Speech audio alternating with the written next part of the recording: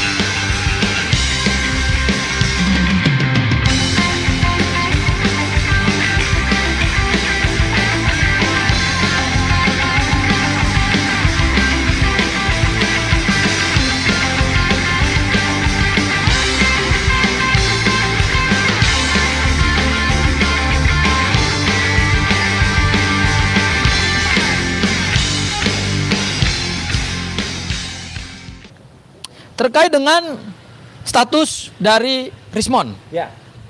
Hari ini di momen kebangkitan ini juga, kebangkitan nasional ini juga, ternyata telah kumpul 2 anak bangsa yang hebat, yaitu Pak Subhan Palal dan kemudian Irwan.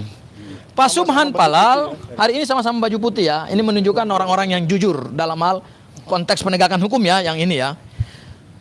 Hari ini Pak Subhan Palal telah resmi melaporkan Rismon Hasiholan Sianipar dan kawan-kawan. Kawan-kawan itu diantaranya ada Rismon, kemudian juga kemungkinan ada istrinya, karena sebagai editor dalam buku ini, ya. Kemudian juga mungkin ada yang lain, ya, nanti disebutkan, nanti didetailkan.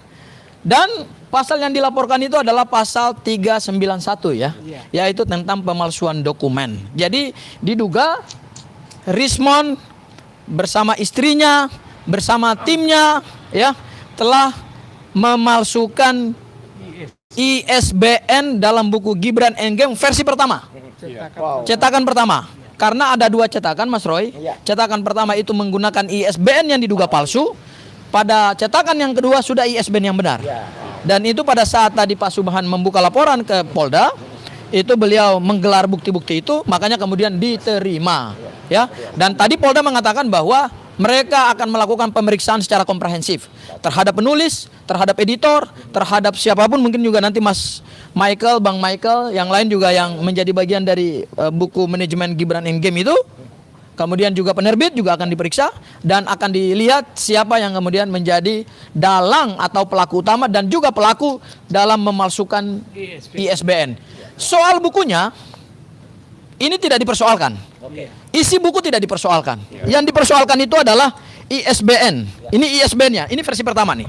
Ya, ini pertama. Ini buku versi pertama dengan ISBN 9786347378040. Ini yang diduga palsu. ISBN ini yang palsu. Begitu dicetak versi yang kedua, ini versi yang kedua ya. ISBN-nya sudah baru nih. 9786347378033. Ini ISBN-nya udah terdaftar atas nama Rismon. Tapi kalau ISBN ini terdaftar atas nama orang lain.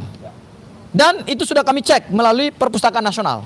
Dan bisa di tracking kok, terbuka kok, ya. Itu yang kemudian menjadi LP yang kedua. Di tim kami ini ada 2 LP. LP dugaan tindak pidana penipuan penggelapan. Pelapornya adalah Bang Irwan, nanti Bang Irwan menyampaikan sedikit. Dan yang kedua, dugaan tindak pidana pemalsuan dokumen. Pelapornya adalah Pak Subhan Palal, penggugat Gibran tidak punya ijazah SMA ya di Pengadilan Negeri Jakarta Selatan. Dan di tim Negeri Jakarta Pusat, dan di sebelah Mas Roy ada juga LP terhadap Rismon dugaan ijazah palsu dari Universitas Yamaguchi. Artinya Rismon bebas dari 1 LP Pak Jokowi, sekarang harus menghadapi 3 LP. Dan tiga-tiganya sudah pro justisia naik tahap penyelidikan. Tinggal ke depan kemudian mana LP yang akan naik tahap penyidikan untuk penetapan tersangka. Ya, kita lihat dan sama-sama kami akan kawal laporan dari sahabat-sahabat yang hebat ini. Spesial saya serahkan dulu kepada Pak Subhan Palal untuk menyampaikan apa laporan tadi Pak dan bukti-buktinya apa Pak. Silakan Pak Subhan. Pak Subhan Palal. Selamat siang semuanya. Saya tadi membuka LP dengan alasan saya membeli buku 2.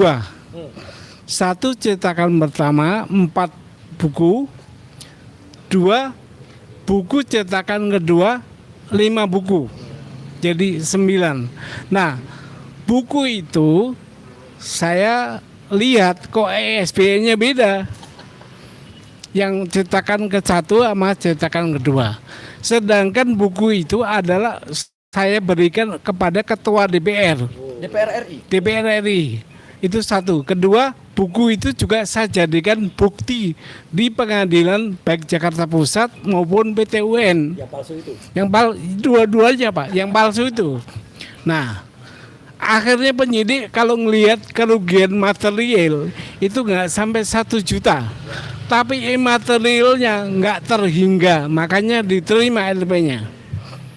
Karena penyidik tadi bilang ISBN itu ibarat kita punya KTP, identitas bagi penulis dan pemilik buku.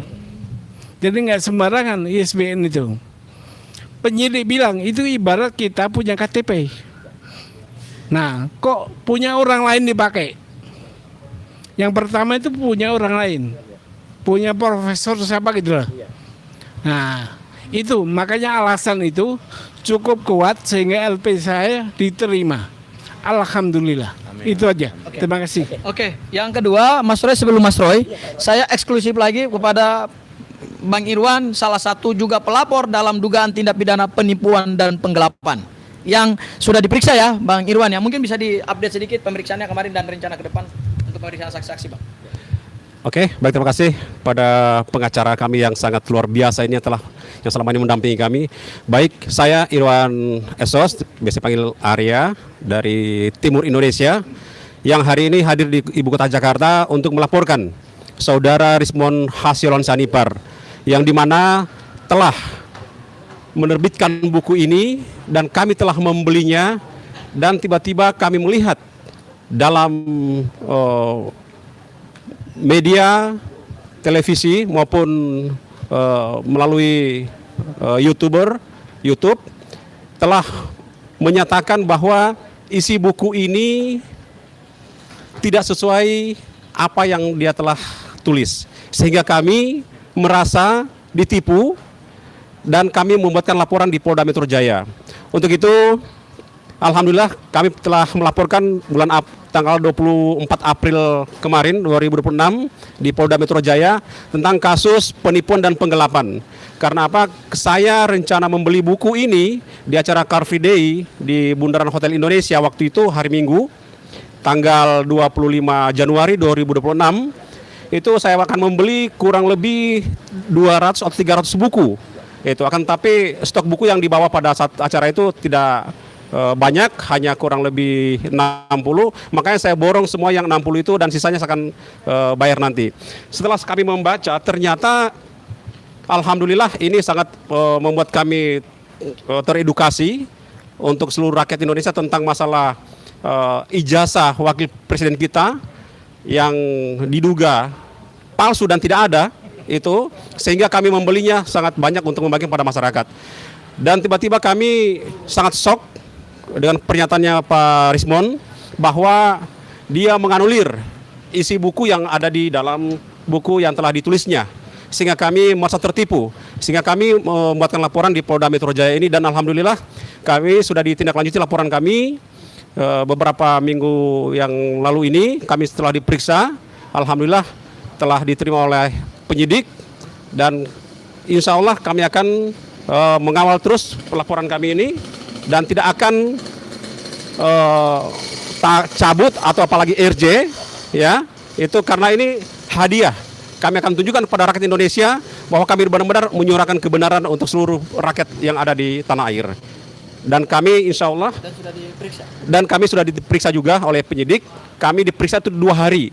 Hari pertama itu 4 jam, dan hari kedua sekitar 6 jam. Jadi cukup memang maraton kami diperiksa untuk membuktikan laporan kami tentang Pak Arismon Hasilon Sianipar ini. Oke, terima kasih. Oke. Boleh nambah dikit soal kesaksian ya? Iya.